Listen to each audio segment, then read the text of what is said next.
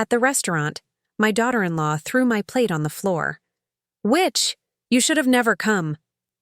Everyone stared, and my son didn't defend me. On Monday, she received a letter from the lawyer. "I'm glad to have you here. Follow my story until the end and comment the city you're watching from, so I can see how far my story has reached." I can still hear the sound of my plate shattering against the floor. China breaking into pieces, just like my heart. The entire restaurant went silent, all eyes turning to our table. Harlow stood over me, her face twisted with disgust, while Carlton, my only son, just sat there, eyes fixed on his napkin. "Mom, maybe you should go," he finally mumbled, still not looking at me. 60 years old, and I'd never felt so small. I had been so excited about this dinner. It was my birthday, and Carlton had actually called to invite me. After months of unanswered calls and brief, hurried conversations, I thought things were finally changing. I spent hours getting ready, putting on my best dress, the pearl necklace Robert had given me before he passed away 5 years ago. I arrived at Bellini's, a fancy Italian restaurant I couldn't really afford, clutching a small photo album I'd put together. Pictures of Carlton growing up. I thought we might look through it together over dessert. Silly me, the tension was palpable from the moment I sat down. Harlow barely acknowledged my presence, typing furiously on her phone. Carlton seemed nervous, constantly checking his watch.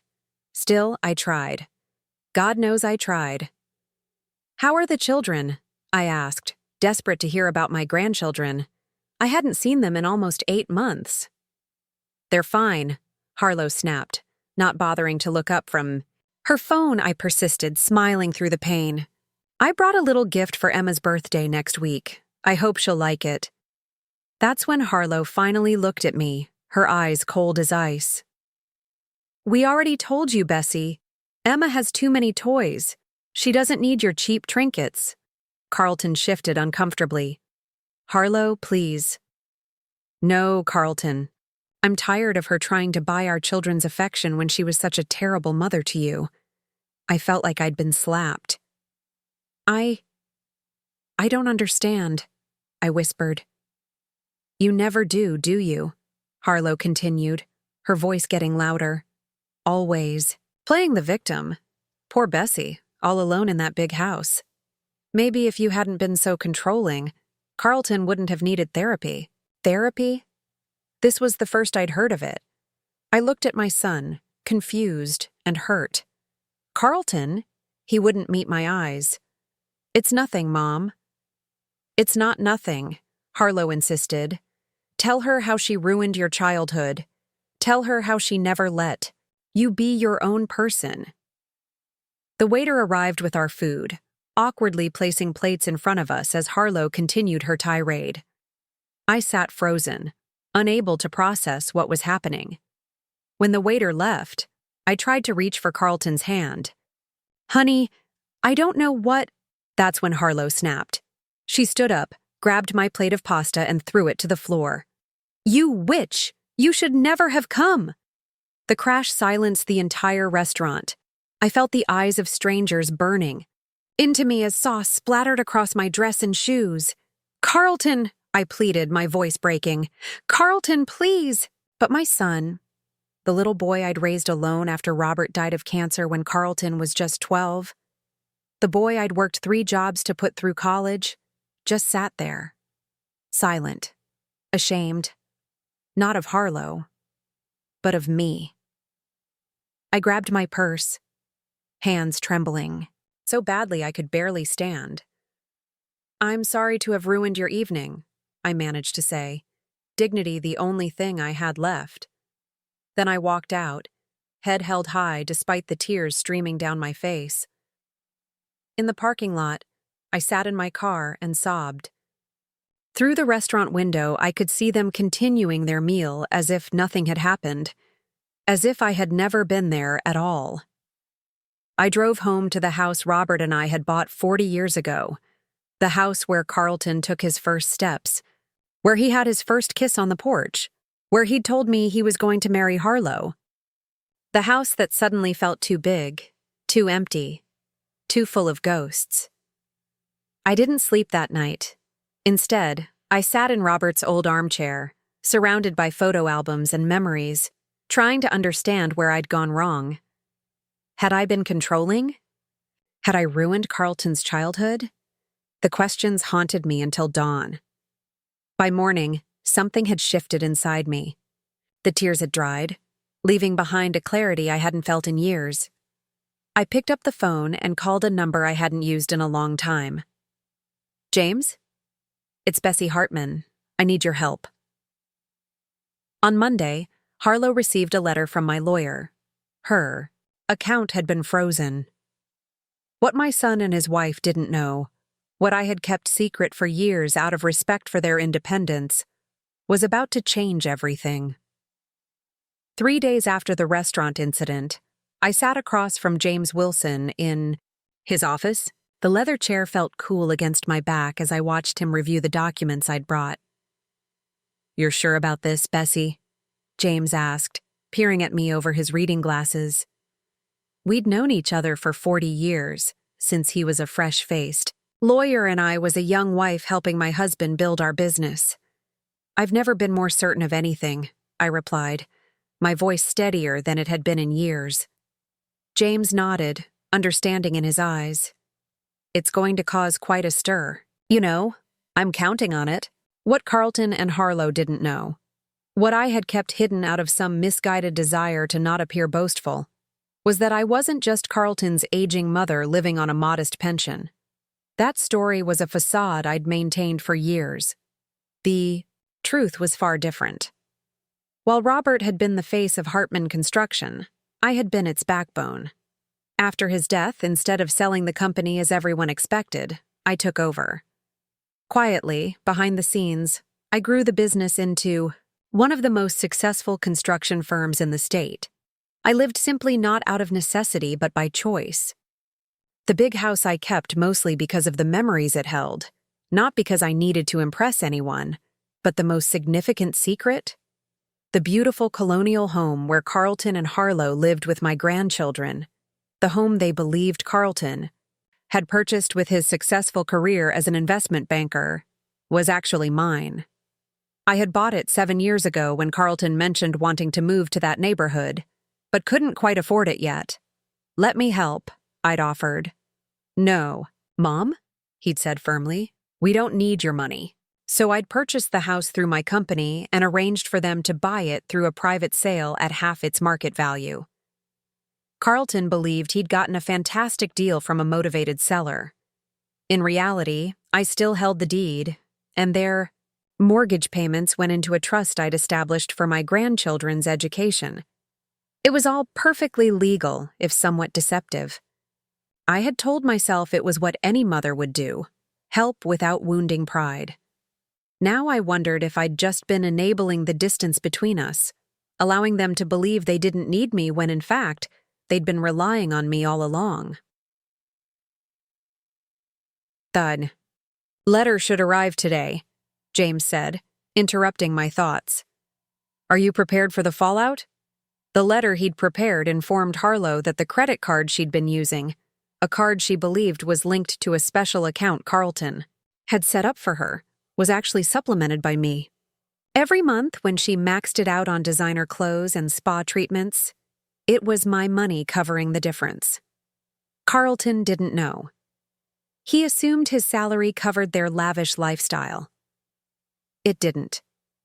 "I'm prepared," I said, though my heart ached, at what was to come. It's time for some honesty in this family. I left James's office and drove to the small cafe where I often went to think. As I sipped my tea, my phone rang. Carlton's name flashed on the screen. I answered, keeping my voice neutral. "Hello, Carlton." "Mom, what the hell is going on?" His voice was tight with anger. "Harlow just got some letter from a lawyer saying her card has been frozen and that I've been supplementing it for the past 5 years?" I finished for him. "Yes, that's correct." Silence on the other end, then, "What are you talking about?" Carlton, we need to have a conversation about finances, about the truth, about your house. My house? What about my house? I took a deep breath. The house is in my name, Carlton. Always has been. Another long silence. I could almost hear him, processing this information, rearranging what he thought he knew about his life. That's not possible, he finally said. I have the mortgage. I make the payments every month. Yes, you do. To a trust I established. I own the house, Carlton. I've been helping you financially for years, but after what happened at the restaurant, I've decided it's time for some honesty between us. This is crazy, he sputtered. You're making this up because Harlow upset you. Mom, this is exactly the kind of controlling behavior she was talking about. His words stung, but I stayed calm. I'll be at home all afternoon. Come by when you're ready to talk. Bring Harlow if you want. I'll have all the documentation ready. I hung up before he could respond.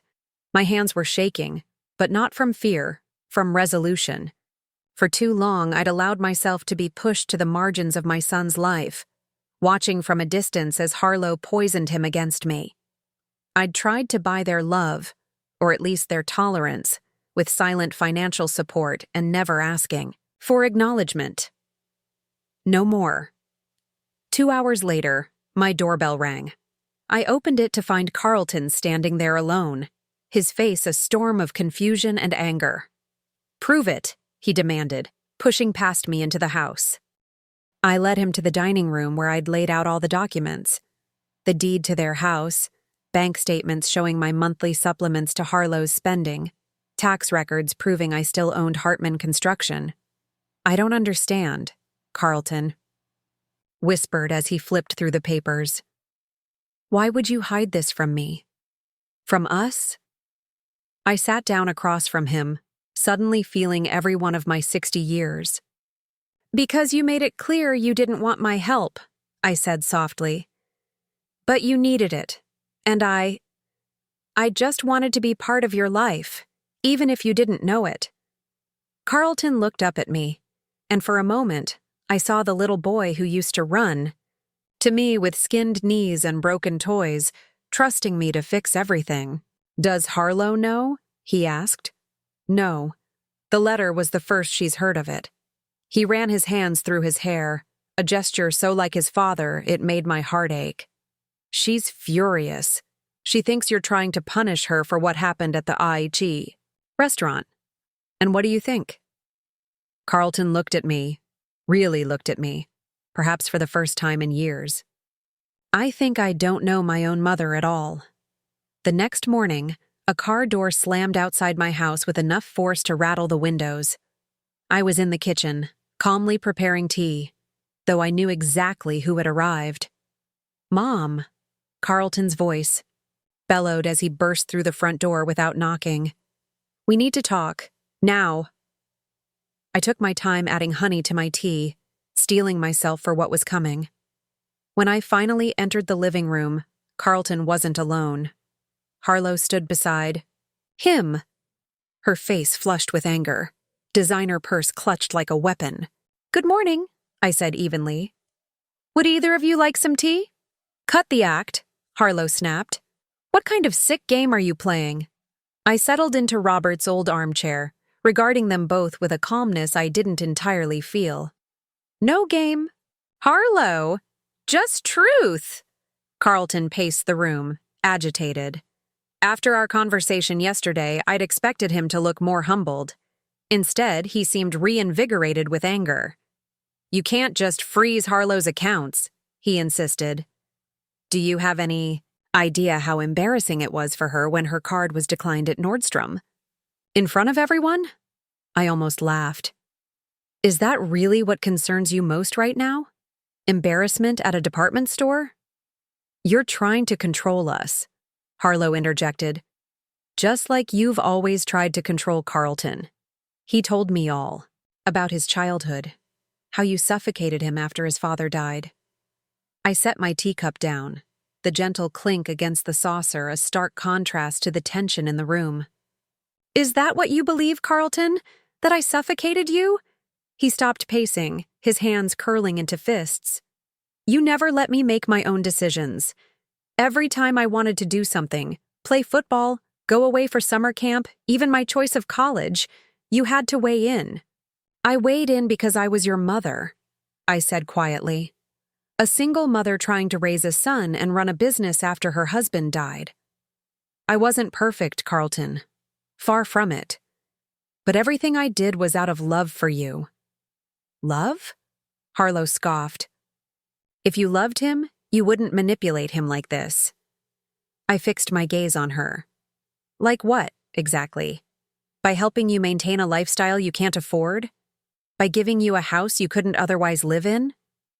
We don't need your money, Carlton insisted. I make more than enough. No, you don't, I interrupted, surprising even myself with my directness. Carlton, your salary is substantial, but not enough for the way you and Harlow live.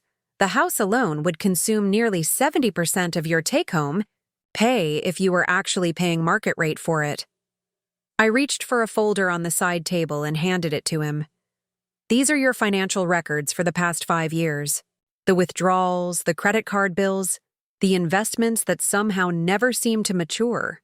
He reluctantly took the folder, his hands shaking slightly as he opened it. This is an invasion of privacy, Harlow sputtered, but I could see the fear behind her indignation.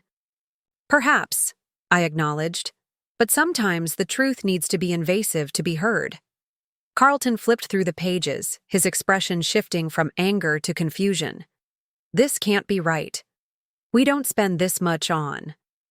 What is luxury boutique? Services?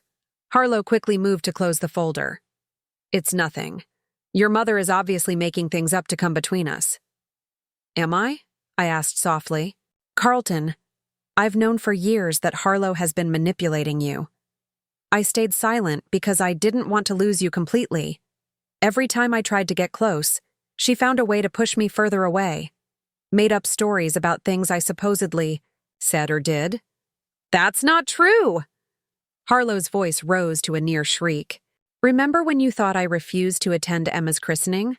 I was never invited. Or when you believed I criticized your parenting at Thanksgiving? I wasn't even there. Carlton looked between us, doubt clouding his features. Mom, Harlow wouldn't. She would and she did, I continued firmly. And I let it happen, because I was afraid that if I confronted her, I'd lose any chance of seeing you or my grandchildren. So instead, I helped silently. I bought your house. I supplemented your income. I kept your lifestyle afloat while Harlow systematically cut me out of your lives. Harlow grabbed Carlton's arm. She's lying. She's always been jealous of me, of us. She can't stand that you chose me over her. I couldn't hold back a sad laugh. Oh, Harlow. It was never a competition. At least, it shouldn't have been. Carlton shook off Harlow's grip, a new wariness in his eyes as he looked at his wife. What is luxury boutique services? He repeated. Harlow's cheeks flushed darker. Just some spa treatments. You know I need to look my best. I stayed silent, letting the moment unfold. Carlton turned to a specific page in the folder, his finger tracing down a column of figures. $15,000 in spa treatments? In 1 month? His voice was incredulous. There's a very exclusive retreat in Arizona, I supplied quietly. They're known for their discretion and their plastic surgery. The color drained from Harlow's face. You spied on me? No. I review all financial transactions related to my accounts. The credit card you've been using is linked to me, remember? I simply read the statements. Carlton turned to another page, his movements becoming more frantic. What about these withdrawals? 10,000 here, 15,000 there.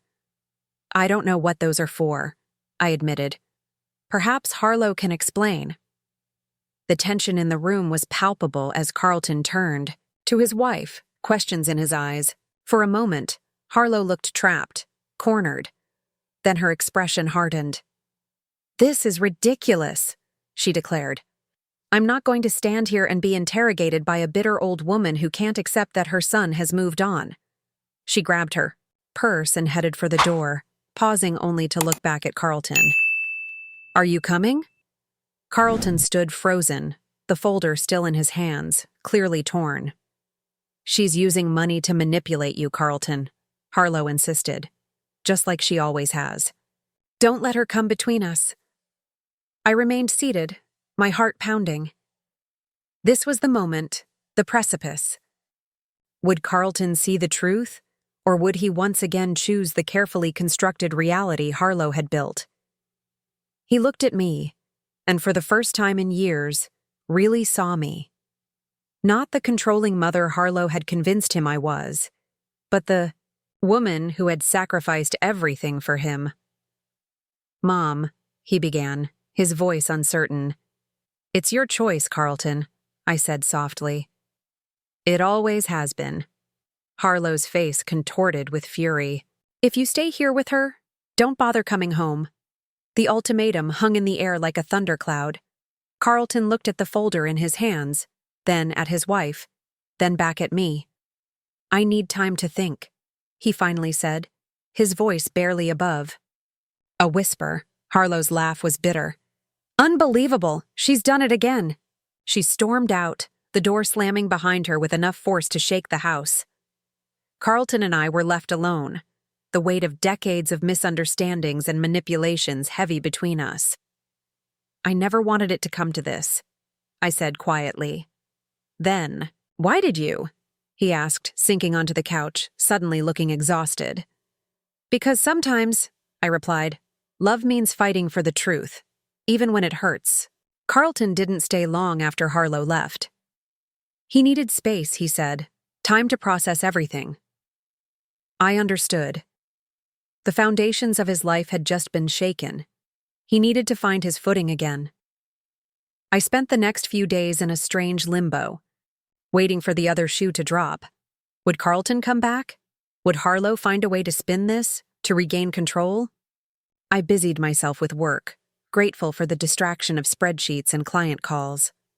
On Thursday afternoon, my doorbell rang. I opened it to find Martha Pierce, my oldest friend. We'd known each other since high school, long before Robert, before Carlton, before life had carved its complicated paths through our hearts. I brought wine, she announced, holding up a bottle of Merlot. You look like you need it. I couldn't help but smile. Martha had never been one for subtlety. That obvious, huh? She followed me into the kitchen, watching as I fetched glasses. Bessie, you've been sending all your calls to voicemail for 3 days. Your yard hasn't been fussed over in a week, and she peered at me closely. You're wearing the same cardigan you had on when I stopped by on Monday. I glanced down at myself. She was right. So, she continued, pouring generous glasses for both of us, are you going to tell me what's going on, or do I have to drag it out of you? I sighed, taking a sip of wine before launching into the whole sordid tale, the restaurant. The revelation about the house and finances, the confrontation with Carlton and Harlow.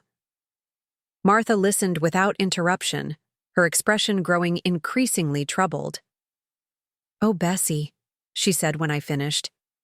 I knew things were strained with Carlton, but I had no idea it had gotten this bad.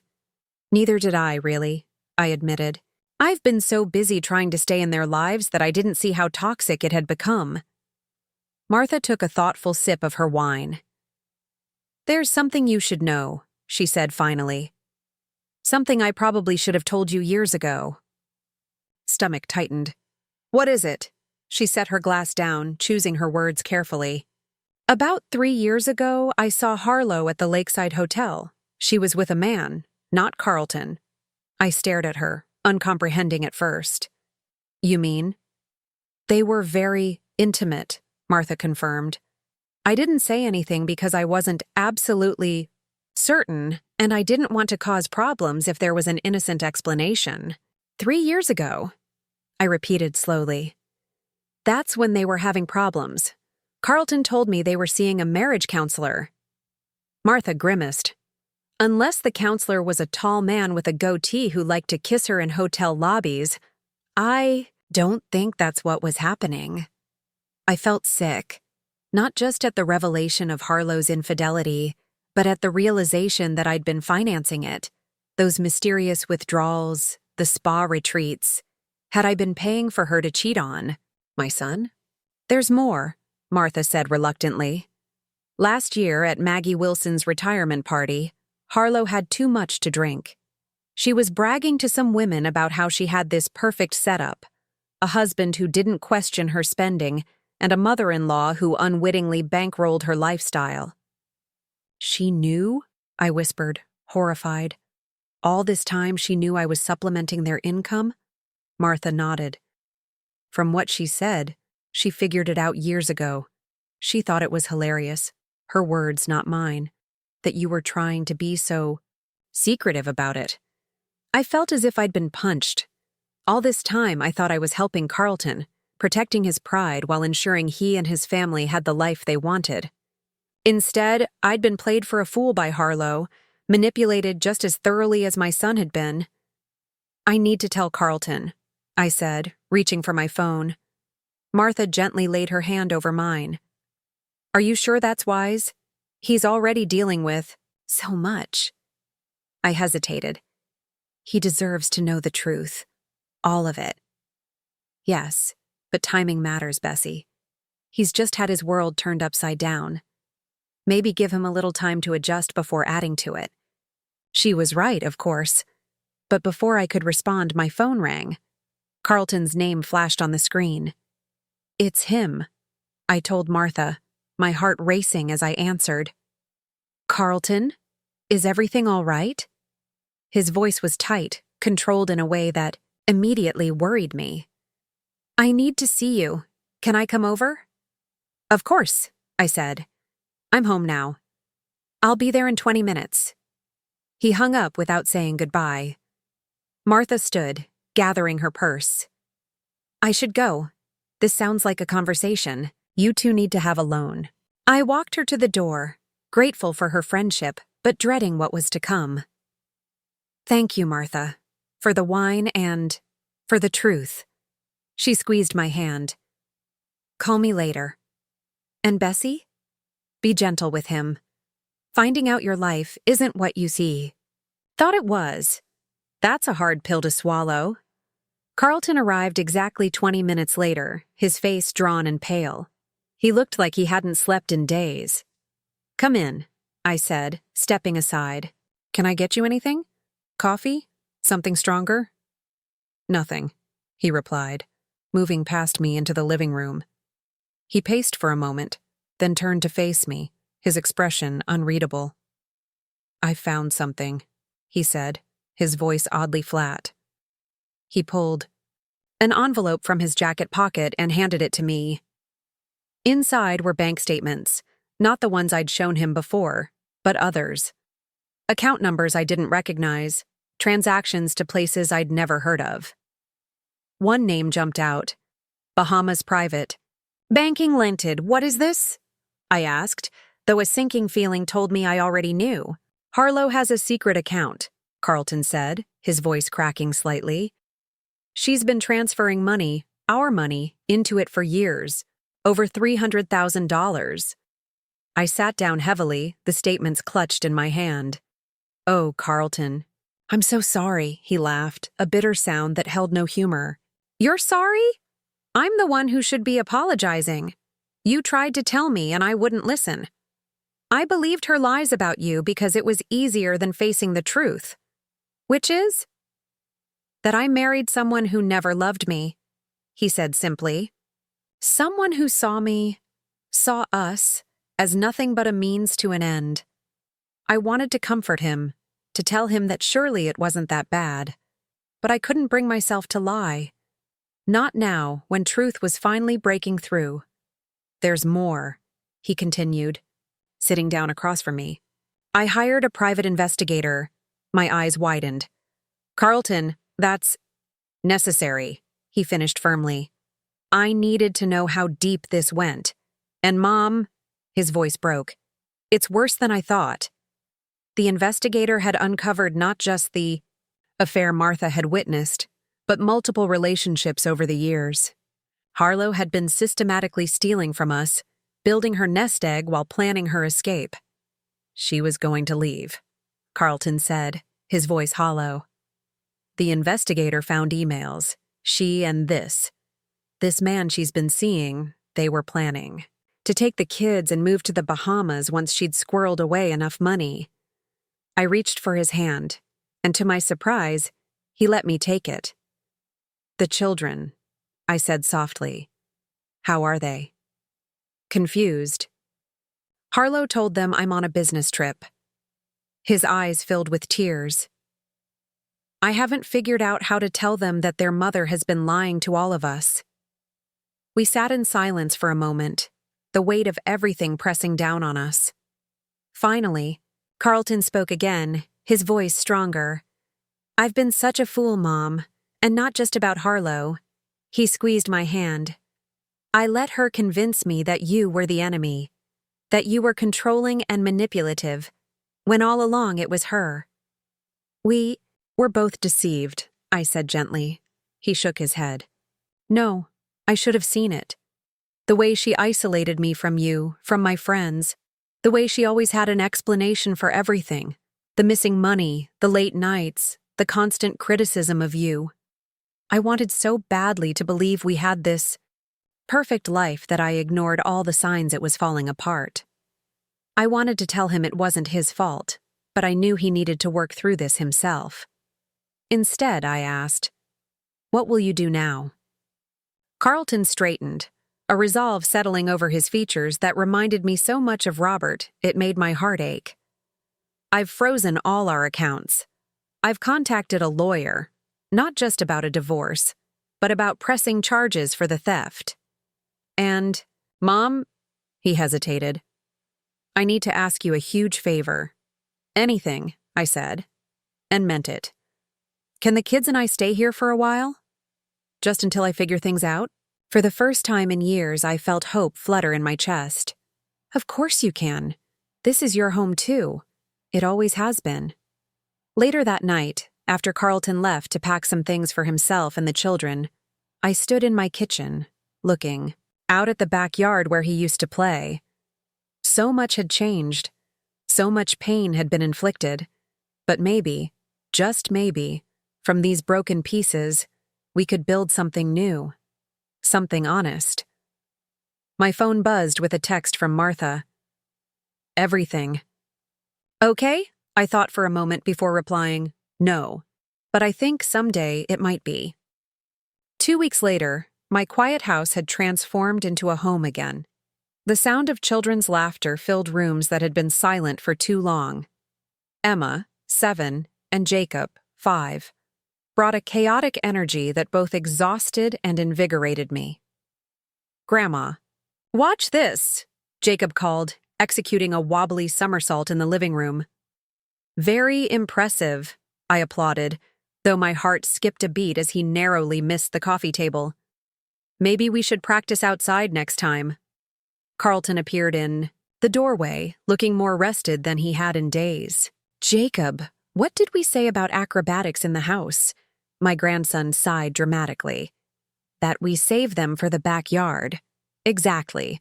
Why don't you and Emma go see if the sprinkler is still on? It's hot enough. The children didn't need to be told twice, racing outside with whoops of excitement. Carlton collapsed onto the couch beside me. "I don't know how you did it, raising me alone all those years." I smiled, patting his hand. "One day at a time. Sometimes 1 minute at a time." He nodded, staring out the window where his children were now running through the sprinkler, their delighted screams carrying through the open windows. "The divorce papers are filed," he said quietly. "Harlow's lawyer reached out yesterday." "What does she want?" "Everything," he said with a mirthless laugh. "The house, custody of the kids, alimony. She's claiming I turned you against her and that you're using your financial position to punish her." I shook my head, unsurprised. "And what did your lawyer say?" "That she doesn't have a leg to stand on." The financial records clearly show she was stealing from us. Plus, he hesitated, then continued. The private investigator found more evidence of affairs. Multiple affairs, Mom, going back years. I squeezed his hand, saying nothing. Some wounds were still too fresh for platitudes. I just keep thinking about all the signs I missed, he continued. All the times I defended her to you, convinced she was right and you were trying to control our lives. I was so blind. We see what we want to see sometimes, I replied gently. Especially when it comes to people we love. He looked at me, really looked at me. Perhaps for the first time in years. I'm sorry, Mom, for everything. For believing her lies about you, for shutting you out, for the way she treated you at the restaurant. You don't need to apologize. Yes, I do, he insisted. I was wrong. And I've spent too many years letting Harlow come between us. I felt tears sting my eyes. Well, we're here now. That's what matters. Outside, Emma let out a particularly loud shriek as Jacob aimed the sprinkler directly at her. Carlton smiled, a genuine smile that reached his eyes. They've missed you, he said. Even though Harlow limited their time with you, they've always talked about Grandma Bessie and her cookies and her stories. My heart swelled. They're remarkable children. They are, he agreed. And they deserve better than what they've had. A mother who was more interested in her social standing than their happiness. A father who was too wrapped up in maintaining appearances to see what was happening right in front of him. You're being too hard on yourself, I said firmly. You're a good father, Carlton. Look at how you've handled all this, protecting them, keeping their routine as normal as possible despite everything falling apart. He shrugged, uncomfortable with the praise. I'm trying. It's just a lot. One day at a time, I reminded him. The next morning, while Carlton took the children to their summer day camp, I made a decision.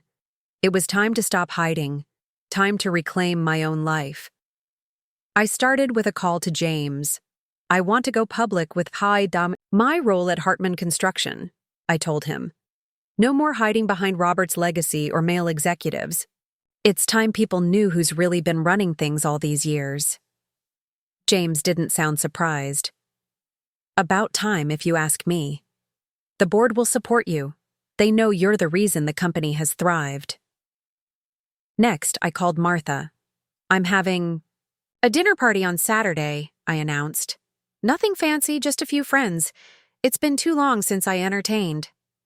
Bessie Hartman, social butterfly, Martha teased. What brought this on? Life's too short to spend it alone, waiting for permission to live, I replied. Will you come? Wild horses couldn't keep me away. By Saturday, my dining room table was set for 8. Martha and her husband, my old friend David, who'd recently been widowed, James and his wife, Carlton, and me. The children were having a supervised play date with friends, giving Carlton a much-needed evening among adults. It felt strange at first, hosting again after so many years of quiet solitude. But as wine was poured and conversation flowed, I felt something inside me unfurling, like a flower too long kept in the dark. To new beginnings, James toasted, raising his glass. And old friends, I added, looking around at the faces of people who had known me, the real me, all along. Later, as we moved to the living room for coffee, David sat beside me on the sofa. It's good to see you like this, Bessie, he said, his voice warm. Reminds me of the dinner parties you and Robert used to throw. You always had a gift for bringing people together. I smiled, touched by the memory. It's been too long. Life gets in the way sometimes, he agreed. After Margaret died, I couldn't bear the thought of socializing. But eventually, I realized she wouldn't have wanted me to stop living. That's exactly it, I said softly. I've been existing, not living. Trying so hard to stay connected to Carlton that I lost touch with everything else that makes life worthwhile. David nodded. understanding in his eyes. Well, if you're looking to make up for lost time, there's a symphony performance next weekend. I happen to have an extra ticket. I felt a flutter of something I hadn't experienced in years. Anticipation, possibility. I'd like that. Across the room, I caught Carlton, watching us, a small smile playing at his lips. When our eyes met, he gave me a subtle nod of approval. Later that night, after everyone had gone and the house was quiet again, Carlton found me in the kitchen, washing the last of the dishes. "I can't remember the last time I saw you laugh like that," he said, picking up a towel to dry. "It's been a while," I admitted. "I'm glad, Mom. You deserve to be happy." He paused, then added, "David seems nice." I felt my cheeks warm. "He's just an old friend." Carlton hummed skeptically. "An old friend who couldn't take his eyes off you all evening." I swatted him with a dish towel. "Stop it. We're both too old for that sort of thing." "You're never too old for connection," he said, suddenly serious. "That's one thing this whole mess with Harlow has taught me. Life's too short to spend it with people who don't value you." I nodded, understanding completely. "When did you get so wise?" "I had a good teacher," he replied, bumping my shoulder affectionately. Even if I was too stubborn to listen for a while. As I climbed into bed that night, I felt different, lighter somehow, as if I'd set down a heavy burden I'd been carrying for years. The constant worry about Carlton, the fear of being completely cut out of his life, the careful dance of trying to help without being seen as interfering, all of it had consumed me for so long.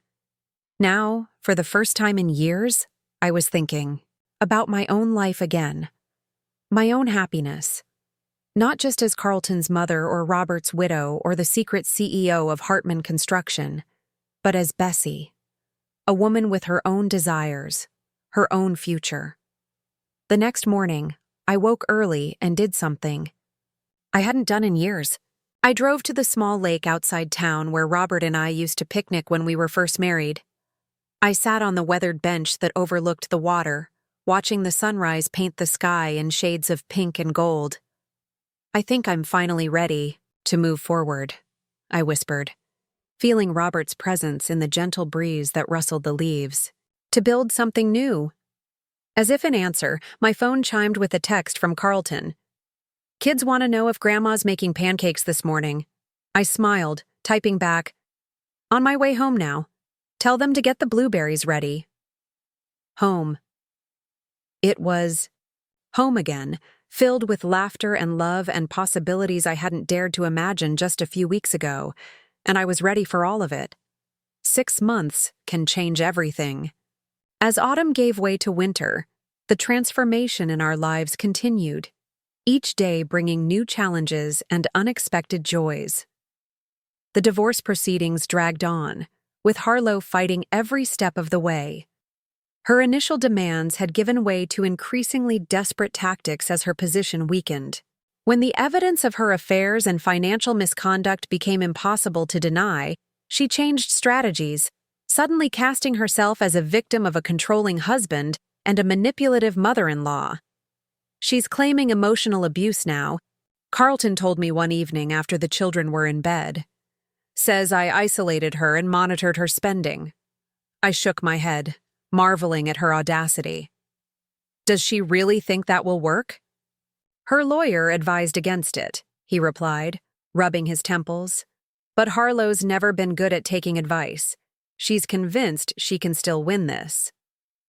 Despite the ongoing legal battle, life in our home had settled into a comfortable rhythm. Carlton had taken a leave of absence from his job to focus on the children and himself, working part-time from home as a consultant. I had officially stepped into the role of CEO at Hartman Construction, no longer hiding behind proxies and figuring heads. The announcement had caused quite a stir in the business community. Widow revealed as secret CEO, how Bessie Hartman built an empire while staying in the shadows, read one particularly dramatic headline. You're famous, Grandma. Emma had declared, proudly showing me a newspaper article one of her friends had brought to school. My teacher says you're an inspiration. The house I had once thought too big, too empty, was now filled with life. Jacob's toys cluttered the living room. Emma's artwork adorned the refrigerator. Carlton's laptop and papers spread across the dining table each evening.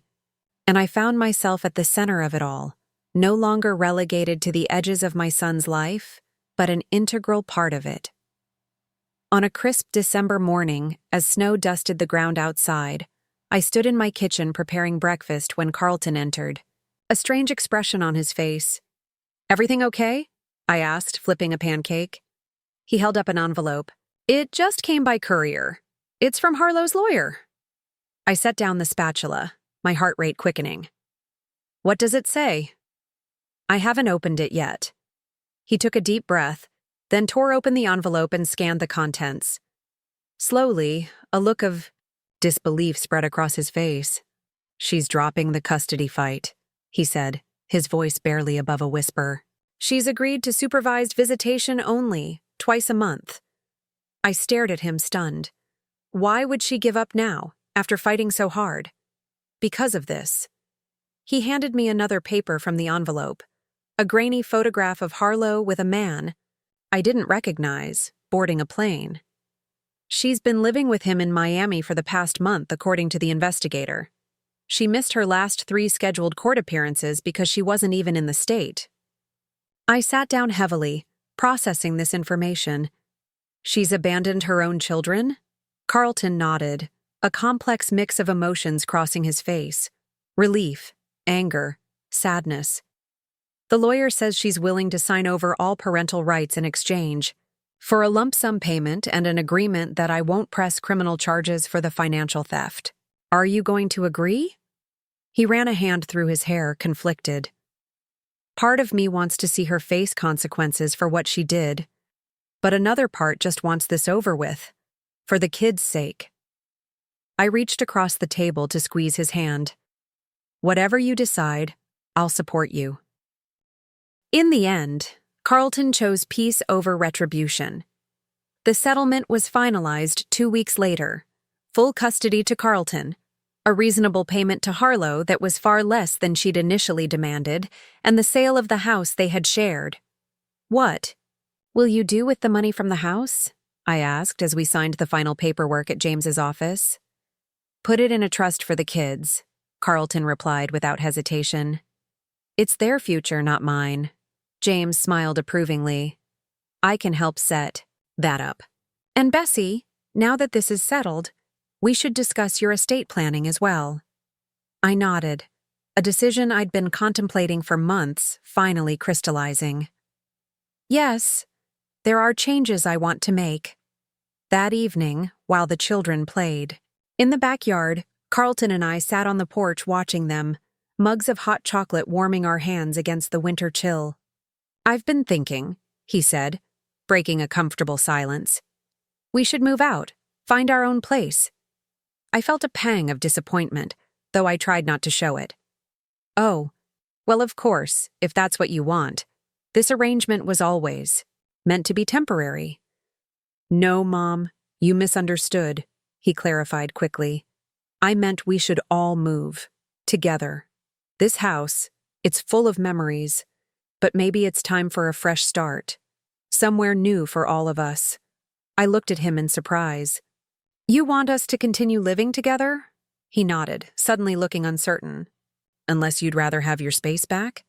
I know we've invaded your quiet life pretty thoroughly." "Invaded?" I laughed, the word so at odds with how I felt. "Carlton, having you and the children here has been the greatest joy of my life. I was just afraid you might want more independence." "We've had enough separation in this family," he said firmly. "Emma and Jacob adore you. And honestly, I don't know what I would have done these past months without you. We're a team now." Tears pricked my eyes, but they were tears of happiness. "I'd love that. A new home for all of us." We found the perfect place 2 weeks later, a spacious house with a large yard, close enough to the children's school and my office, with a separate wing that gave me my own space while keeping me connected to the family. Carlton insisted on paying half, using his consulting income. "It's not about pride anymore," he explained when I tried to wave away his contribution. "It's about partnership. We're building this new life together, Mom. Equal partners." The day we signed the papers for the new house, I finalized another important document with James, my new will. Unlike the division Harlow had expected, where my assets would go to her and Carlton with nothing for me, this will reflected our new reality. My estate would be divided equally between Carlton and my grandchildren, with provisions for their education and future. Moving day arrived in early spring. As I stood in the empty living room of the house Robert and I had shared for 40 years, memories washed over me. Carlton taking his first steps across this very floor, Robert's laugh echoing from the kitchen, years of Christmas mornings and birthday celebrations, quiet evenings alone after they were both gone from my life. "Ready, Mom?" Carlton asked from the doorway, Emma and Jacob peering around him curiously. I took a deep breath and nodded. "Ready." Our new home welcomed us with bright open spaces and possibilities. We spent that first weekend unpacking and arranging, making the house our own. David came by with a housewarming gift, a beautiful wind chime for the back porch, and stayed for dinner, his easy conversation and warm laughter fitting seamlessly into our family circle. That night, after the children were asleep and Carlton had retired to his room, I sat alone on the new back porch, listening to the gentle sound of David's wind chime in the spring breeze. The stars above seemed especially bright, as if celebrating with us. My phone buzzed with a text. "Martha, how's the new place?" I smiled, typing back, "It feels like home already." Her response came quickly. "Of course it does. Home isn't a place. It's the people you share it with." She was right, of course. For years, I had clung to the past, to the physical reminders of what my family had been. I had tried to buy my way into Carlton's life, silently supporting him financially while accepting emotional scraps in return. But real connection couldn't be purchased. Real family couldn't be maintained through secret bank transfers and silent sacrifices. It required honesty, vulnerability, and the courage to speak difficult truths. The path to where we were now had been painful. There had been moments of heartbreak so acute I thought I might not recover. But through it all, something stronger had emerged, a relationship with my son based on mutual respect and genuine understanding, not obligation or manipulation. And beyond that, I had reclaimed myself. No longer just someone's mother or widow, but a woman with her own identity, her own strength, her own future stretching out before her. The house Harlow had coveted so desperately was sold. The control she had wielded over our family was broken. The secrets that had kept us isolated from each other were exposed to light and air, allowing healing to finally begin. I looked up at the stars once more, feeling a profound sense of peace settle over me. The fortune I had hidden for so long was now being used openly to build something far more valuable than any material possession, a family bound by love and truth, not secrets and obligation. In the end, what Harlow had failed to understand was that the true wealth was never in the house or the bank accounts. It was in the connections we built, the trust we earned, the love we shared. And that was something no one could ever take away from us again. Now I'm curious about you who listened to my story. What would you do if you were in my place? Have you ever been through something similar? Comment below. And meanwhile, I'm leaving on the final screen 2 other stories that are channel favorites, and they will definitely surprise you. Thank you for watching until here.